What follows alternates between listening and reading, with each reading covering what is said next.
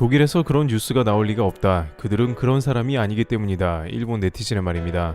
현재 독일에서 나온 뉴스가 한국은 물론이고 주변국인 일본이나 세계 각국을 놀라게 하고 있습니다. 특히 일본의 경우에는 왜 우리가 아니고 한국이냐는 의견도 나오면서 불만을 터뜨리고 있다는데요. 앞서 일본에서 그런데 저런 말이 나온 것은 일본에서는 독일에 거주한 사람들이 종종 있는 것 같은데 그들은 독일에서 한국에 대한 매우 이례적인 뉴스가 나왔을 때도 말도 안 된다는 반응을 보인 것입니다. 현지 교민들도 독일인들의 대략적인 국민성을 보자면 누구를 쉽게 칭찬하는 스타일은 아니라고 하는데요. 한국에서는 독일 사람들은 지루하다, 재미가 없다, 농담은 그야말로 최악이다 라는 말이 있으며 또한 매우 무뚝뚝하고 따뜻하지 않은 면은 한국인들이 적응이 잘 안 된다는 면도 있습니다.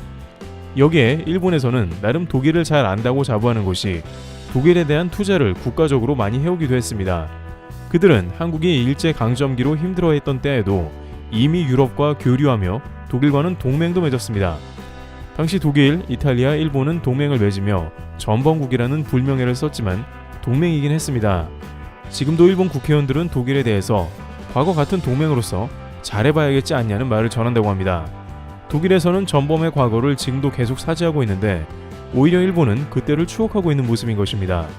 일본인들은 자기들이 유럽 레벨이라고 얘기하곤 하는데 이는 이처럼 과거부터 유럽과 교류가 가장 활발했던 아시아의 유일한 국가였으며 일본 자금이 유럽 전역에 지금도 자산으로 남아있는 경우가 상당한 것입니다. 독일 뒤셀도르프 거리에서는 봄이 되면 일본의 벚꽃이 피는 것도 이러한 일본과의 다양한 협력을 보여주는 것이죠. 그러다 보니 일본에서는 독일과 남다른 유대감을 갖고 있는데 전혀 예상 밖의 뉴스가 등장해버린 것입니다. 그것도 독일에 있어서는 최고의 칭찬 방식이었습니다. 일본 사람들이 충격을 받을 수밖에 없던 이유는 일본이 독일에서 인정받기 위해서 지금까지 해온 노력을 자신들이 매우 잘 알고 있기 때문이었습니다. 다소 독일인들이 부끄러워할 이야기인지는 모르겠으나 독일은 굉장히 거만하다는 점이 지금도 있습니다. 예를 들어 유럽연합에서 독일은 자신들이 가장 잘하는 국가이며 프랑스 정도만 인정해주는 분위기가 있습니다. 독일이 유럽에서 실력이 가장 좋고 가장 뭐든 잘한다는 분위기가 독일에 흐르고 있다는 것입니다. 물론 독일은 과거에 대해 사죄하며 겸손하고 정직하다는 이미지가 한국에서는 지배적이지만 막상 유럽에서는 독일은 다소 거만한 이미지가 있고 유럽연합에서 결정을 내릴 때에도 자신이 혼자 결정을 내리거나 프랑스 둘이서만 모여 결정을 내릴 때도 많아서 주변국들의 반발을 살 때가 한두 번이 아니란 것입니다. 실제 우리나라가 독일을 러시아 월드컵에서 2대0으로 이겼을 때 유럽에서 무슨 일이 났는지 알 수 있는데 영국을 비롯한 각종 펍에서는 한국이 독일에 연속으로 2골을 집어넣자 한국만큼이나 소리를 지르고 기뻐했습니다. 그래 너 잘났다 는 분위기가 있기 때문에 많은 유럽인들은 독일에 대해 위화감을 느낀다는 것입니다. 문제는 독일은 아시아 국가에 대해서는 더욱더 저평가하며 좀처럼 거의 인정해주지 않는다는 이야기가 있습니다. 예를 들어 한국의 경우 한강의 기적이나 여러가지 경제적으로 괄목할 만한 성장을 해왔고 이런 것에 대해서 수많은 나라들이 모델로 삼고 싶어하며 한국을 대단하게 생각하지만 독일에서는 이러한 것을 저평가하는 면이 없지 않다는 것이죠. 따라서 일본이 이러한 독일에 다소 특이하게 아시아 국가이나 인정받은 것은 과거 2차 대전 때 당시 군사대국이기도 했고 일본이 지금까지 G7 가입국으로 활동하고 독일에 많은 투자를 했기에 인정받은 것으로 보인 것입니다. 그게 아니었다면 일본도 그냥 아시아의 변방 국가쯤으로 취급받았을 것이란 건 일본도 알고 있는 것입니다. 그런데 이러한 상황에서 독일 언론에서 나온 한국 뉴스가 심히 불쾌한 것이 당연할 수 있는 것입니다. 독일의 트리투 에디션이라는 매체는 2021년에 승자는 누구인가 하는 글을 올리며 주목받았는데요. 이는 독일 김소연 전 슈레더 총리의 부인이 트윗을 통해 공유하면서 더욱 널리 알려진 것으로 보이는데요. 독일 노르트라인 베스트팔렌 연방주 경제개발 대표이기도 한 김소연 씨는 독일에서 한국 관련한 소식을 지속적으로 전한 바 있습니다. 특히 이번 독일 마테구에서 위안부 소녀상을 보존해달라고 전 슈레더 총리와 함께 독일 베를린 구청을 압박하는 등 한국인으로서 독일에서 다방면으로 활약했는데 이제 매체 관련한 소식을 트윗으로 공유한 것이죠. 해당 매체는 2021년에 가장 기억 남는 인물들을 모아 2021년의 위너를 기념하고 발표했습니다. 예를 들어 2021년에는 16년의 집권기간을 마치게 된 메르켈 총리가 2021년의 승리자에 포함되었습니다.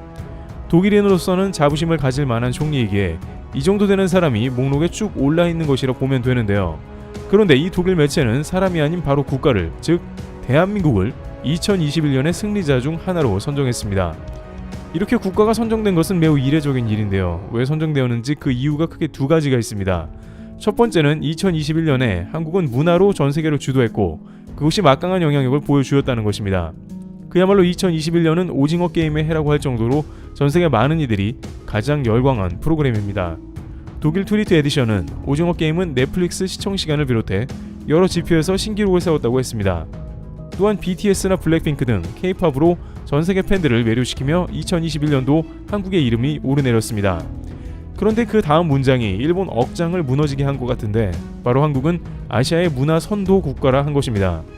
일본은 물론이고 중국이 가장 두려워하는 것은 아시아의 문화 주도국을 누군가에게 빼앗기는 것입니다. 일본은 만화로 전 세계를 지배했다고 믿으며 중국은 중화 사상으로 전 세계가 하나 되어야 한다고 합니다. 그러나 전혀 예상 밖의 한국이 아시아를 선도하는 문화 국가라고 했으니 충격에 휩싸인 것입니다. 게다가 그것을 인정하는 것이 가장 아시아를 저평가하는 독일인들 입에서 나온 소리라는 것이 인정이 안 되는 것인데요. 일본은 전통적인 강대국이며 독일과 어깨를 나란히 한 동맹국인데 크게 자존심이 상한다는 것입니다. 하지만 이러한 일본의 생각은 구시대적 발상으로 실제 독일에서 한국 열풍은 매우 거셌다는 점입니다. 지난 10월 독일 소녀 수천 명은 밤새 BTS와 블랙핑크를 떼창하며 코리아 나이트를 불태운 모습을 보입니다. 24세의 독일 잔드라 씨는 K-팝은 리듬, 비트, 랩, 댄스가 어우러지며 컨셉트와 의미가 있고 항상 새롭다고 했으며 27세 델라라 씨는 K-팝은 사람들을 빠르게 결속시켜 좋다라면서 K-팝 나이트를 즐기는 모습입니다.